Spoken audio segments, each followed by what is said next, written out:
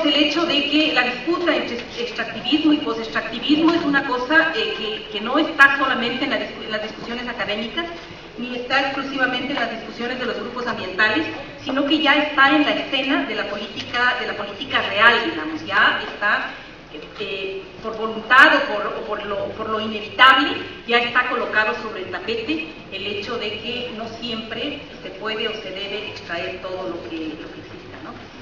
Yo creo que ya con las presentaciones que han habido y con una discusión que no es nueva en el caso de Colombia tampoco, se ha discutido ya y se ha profundizado sobre qué es el extractivismo como modelo de desarrollo y sobre cuáles son las razones que tenemos para salir de ese extractivismo. Un extractivismo que tiene un sabor, digamos, de unos perfiles que vienen desde la colonia y que ha tenido diferentes rostros y diferentes manifestaciones, pero que se ha mantenido en el tiempo, ¿no? Y que como circunstancia y como cosa, como inminente, como cosa real que está sucediendo es que ahora adquiere nuevos rostros, ya no conspiró, nuevos rostros y entonces se mantiene como un tema absolutamente vigente, porque en todo el país, como se decía esta mañana, la tendencia a profundizar el extractivismo, la tendencia es grande, ¿no? A pesar de los costos reales que está teniendo. Ahí entonces nos hemos planteado la idea de trabajar un conjunto de ideas que sugieran cómo hacer esta transición. Este es un reto difícil, porque salir del extractivismo petrolero, del extractivismo minero y todo este modelo de extracción que no solamente muchas veces tiene que ver también con extractivismo de los suelos, por ejemplo, de la capa fértil de los suelos o del agua o el forestal. Salir del modelo extractivista supondría salir del capitalismo, y ahora no estamos presentando una serie de propuestas para esto, estamos presentando una serie de sugerencias que nos permitan, digamos, parafraseando un poco a Bolívar Echeverría, que nos permitan dar unos pasos que no estén dirigidos a sustentar el capitalismo, sino que más bien estén dirigidos a apoyar o a sustentar aquellos territorios en donde todavía hay posibilidades de construir otros escenarios, a fortalecer unos sujetos históricos que son esos sujetos del cambio, y a intentar construir unas relaciones que nos permitan que sea como el anclaje para cualquier transformación que se plantee a futuro.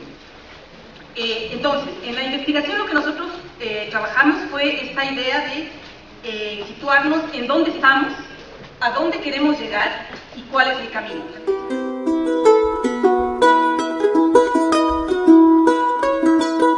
Es que hablar de extractivismo, o hablar de posextractivismo, o hablar de alternativas,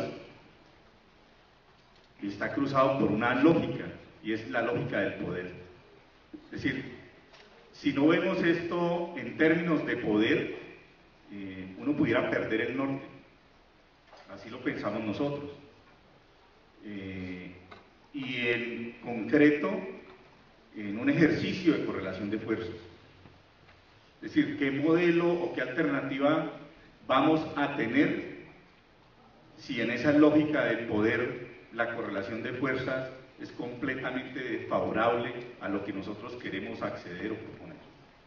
Creo que las oportunidades que tendríamos serían o nulas o muy bajas, ¿cierto?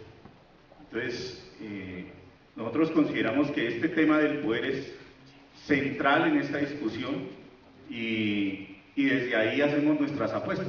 Como 3 o 4 cosas fundamentales que hemos venido pensando. Y pensando es en una amalgama diversa, digamos, en ese espectro de los trabajadores. O sea, aquí no venimos a negar que hay sectores de los trabajadores muy ligados al modelo extractivista. Es más, viviendo el modelo extractivista, haciendo parte del modelo extractivista. Y hay sectores de trabajadores que pensamos que esto debe pensarse y plantearse y discutirse de otra manera. Y en ese orden de ideas, para nosotros pensar alternativas o hablar de posextractivismo no implica un ejercicio de negación.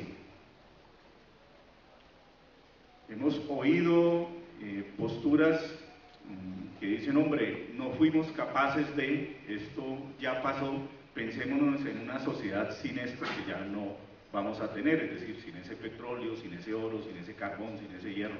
Pensémonos en esa sociedad. Nosotros hemos dicho no. Aquí ha habido un ejercicio y hay un ejercicio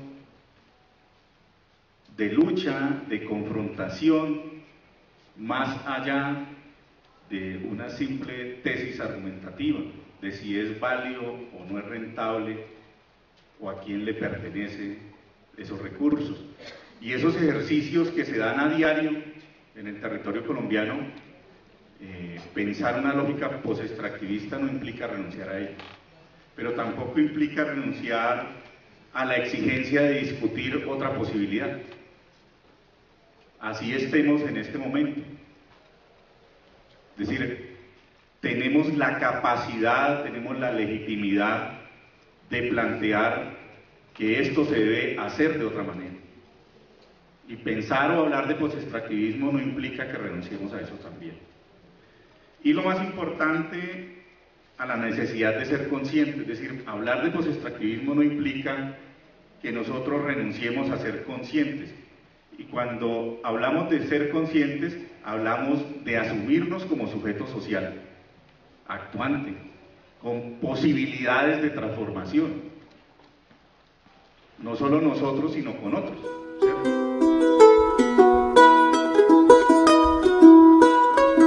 Bioregiones agropecuarias para el Cono Sur que permitirían alimentar toda la población del Cono Sur sin depender más de las exportaciones de soya hacia Europa o China, y con lo cual se erradicaría todo el componente de desnutrición en toda la población del Cono Sur y permitiría mantener el 50% de cada una de esas regiones bajo medidas de protección y conservación ecológica. O sea, nadie se moriría de hambre y tendríamos una respuesta ambiental sustantiva. Siguiente. Tenemos propuestas ciudadanas que vienen desde la base. Este mapa que ustedes ven ahí, que hay 3 tonos de verdes, son 3 subdivisiones, una en Brasil, una en Bolivia y una en Perú, en la frontera trinacional, en la Amazonía que comparten los 3 países, donde hay una organización desde la sociedad civil en cómo administrar ellos la región y los recursos compartidos, más allá de lo que decidan las capitales, Lima, La Paz o Brasilia. O sea, hay propuestas ciudadanas potentes en marcha desde hace tiempo. Y finalmente es separar, saber distinguir que interconexión, gasoducto, puente, tendido eléctrico, no quiere decir integración. Por lo tanto, regionalismo autónomo es un llamado a una integración verdadera, sustantiva.